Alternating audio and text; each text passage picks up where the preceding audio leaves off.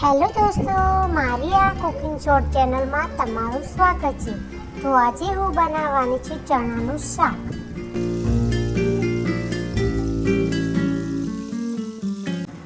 એક કુકરમાં પાણી લો, તેમાં ધોઈને ચણા નાખો અને પછી તેમાં થોડું મીઠું નાખીને તેને બાફી લો.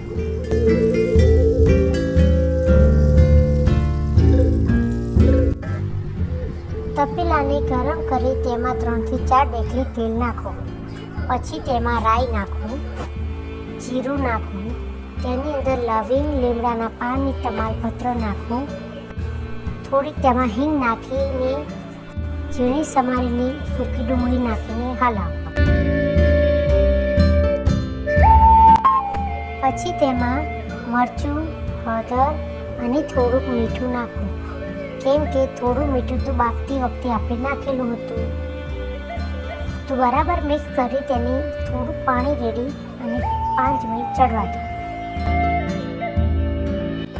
બફાઈ ગયેલા ચણા એક વાસણમાં કાઢી લો.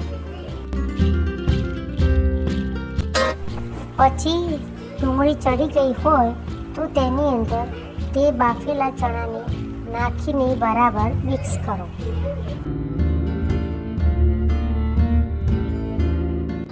બરાબર મિક્સ કરીને એને 5 મિનિટ ચડવા દો. 5 મિનિટ પછી આ રીતે શાક ચડી ગયું હશે તો તમે ચેક કરી લો અને પછી તેને થોડી વાર ખુલ્લું અંતે ચડવા દો, જ્યાં સુધી તેલ બહાર ન નીકળે ત્યાં સુધી. અને પછી ગેસ બંધ કરી દો અને ચણાનું શાક તૈયાર છે. તો હવે તમે શાકને સર્વ કરો.